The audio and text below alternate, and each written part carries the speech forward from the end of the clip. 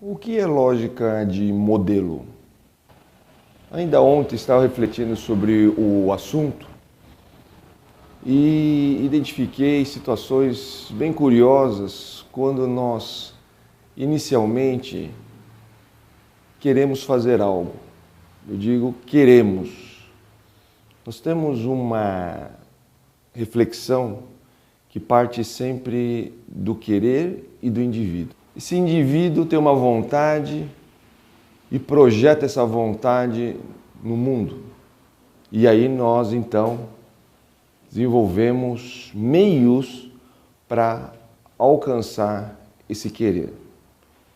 Essa forma de pensamento tão comum, afinal, quem já não ouviu dizer que planejar é preciso e quem não planeja está planejando o seu fracasso? Esse tipo de pensamento que parece tão universal, não me parece tão universal assim. Parece que vem até de um povo muito específico, talvez os gregos, e com isso influenciou todo o mundo ocidental principalmente. Teoria e prática é algo que a gente vê com muita frequência. É onde o ensino formal se apoia através da ciência para que nós possamos cada vez mais interpretar aquilo que chamamos de realidade. Então, quando nós desenvolvemos planos, esses planos, eles têm um papel fundamental na nossa ação, mas tem algumas consequências. E a primeira delas é o temor que nós temos com relação à mudança. Porque qualquer mudança que não esteja de acordo com aquilo que nós desenvolvemos em nosso plano, nos parece uma ameaça para alcançarmos nosso objetivo. Aliás, esse é um tema interessante. Objetivo, meta.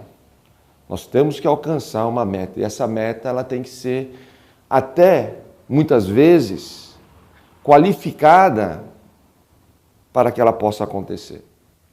Muitos dizem que ela tem que ser alcançável, ela tem que ser mensurável, ela tem que ter uma série de características que permitam que ela seja realizada ou passível de ser realizada.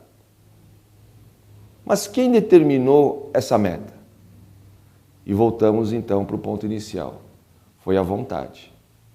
E essa vontade, ela sai de um indivíduo. Daí o adágio, querer é poder. Mas será mesmo? Curiosamente, esse querer é poder também tem movido o mundo. Tudo que nós vemos em termos de desenvolvimento tecnológico sai de uma forma de pensar que nós estamos discutindo nesse momento. Exatamente essa forma. E isso é muito interessante, porque essa forma de pensar hoje é quase que considerada universal. O grande desafio para nós, então, é como nós iremos desenvolver um plano para que isso possa acontecer, e esse plano ele tem que ter uma capacidade de se desdobrar. Em que sentido? No sentido de direcionar para a nossa meta. Lembro que anos atrás estava num seminário com um general americano que fez uma palestra aqui em São Paulo e ele falava exatamente sobre a diferença do plano, como cada um desenvolve. Uns desenvolvem o plano através de uma matriz para que possamos alcançar aquele objetivo. Outros apenas como um ponto de partida. Porque todos nós sabemos que planos existem para que possamos reajustá-los ao longo de um processo. Então, quando nós temos esse tipo de ideia, nós desenvolvemos o quê? Modelos, projetamos modelos que impomos ao mundo. Daí surgem algumas consequências interessantes, como, por exemplo, o convencimento. É fundamental que nós convençamos o outro de que aquilo que nós acreditamos seja mais verdadeiro, seja mais correto que o de quem está ao meu lado. O poder de convencimento tem sido considerado, muitas vezes, uma competência extremamente desejável. Com razão. Porque, afinal de contas, esse é o modo de nós agirmos a partir do que nós chamamos de lógica de modelo. Portanto, a grande característica da lógica de modelo é a ação. Temos que ir para a ação. Os americanos falam take action, quer dizer, vá para a ação. E essa ação, ela gera o esforço. Daí a importância da resistência. Eu preciso ter capacidade de realizar uma ação por bastante tempo. É necessário um condicionamento. É necessário eu me esforçar. Para isso, preciso de treinamento. Treinamento para que eu possa fazer e realizar essa ação, exercitando continuamente. Essa ideia nos leva também a uma outra situação, que é a situação de que nós, quando realizamos essa ação, implica que nós vamos transmitir algo através do ensino. Aliás, ensinar é impor uma marca. Então, quando nós vamos ensinar alguém, nós queremos que ele possa aprender aquilo que nós consideramos o correto. Então, o esforço que eu faço, ele é muito intenso. Porque eu preciso cumprir um plano, um currículo, uma programação para que o outro possa aprender.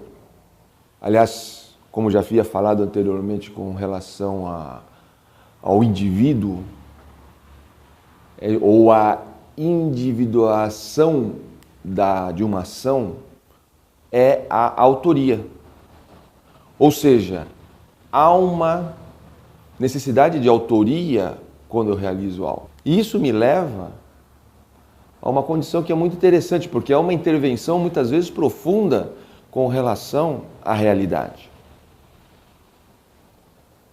Não é talvez coincidência percebermos que o teatro grego ele tem uma importância muito grande na nossa civilização. Por quê? Porque a teatralização ela representa exatamente isso. E junto com o teatro veio uma outra figura que é muito presente na nossa cultura, que é o herói, a figura do herói. O herói como grande intervencionista, o herói como aquele que faz e acontece. Vamos fazer acontecer. E o herói, obviamente, que remete à autoria. É importante que tenha o autor. Aliás, muitas vezes é mais importante o autor do que a ação em si. Por quê? Porque, mais uma vez, essa capacidade de projeção de modelo, essa capacidade de superação daquilo que deveria acontecer dentro da vontade de uma pessoa ou de um grupo, que deixou de acontecer, é onde atua o herói.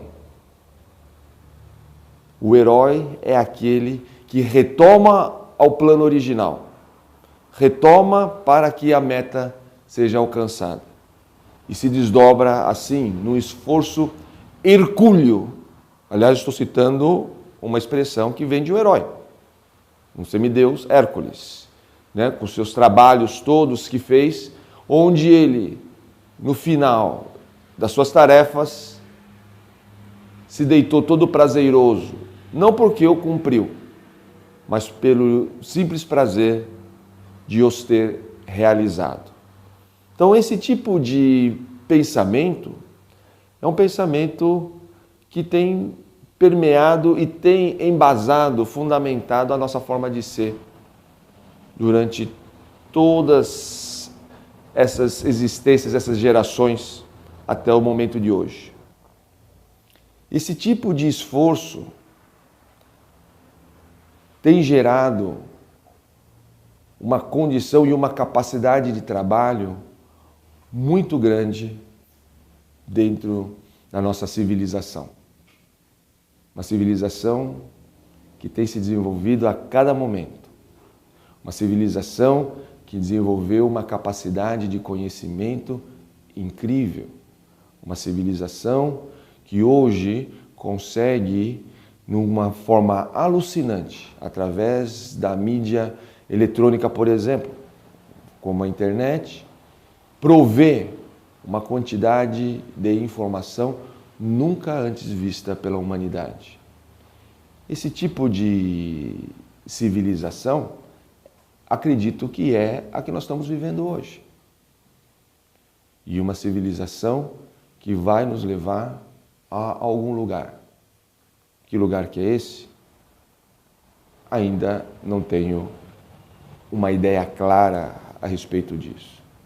De qualquer forma, uma coisa que me surpreendeu demais é que esse mesmo tipo de pensamento que está nos levando a um determinado caminho que parece sem volta, está proporcionando um contraponto muito interessante.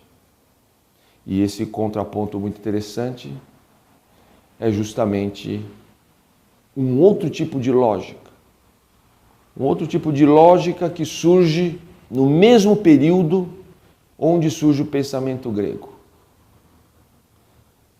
Onde a teoria e a prática, aliás, já dizia Aristóteles da importância da prudência, porque a prudência é justamente esse desvio da teoria e da prática. E o adágio popular nos ensina algo interessante, que a prática se distingue da teoria, porque a teoria na prática é outra. Esse tipo de pensamento nos leva, então, a uma outra situação, que é o que nós vamos discutir no próximo bloco.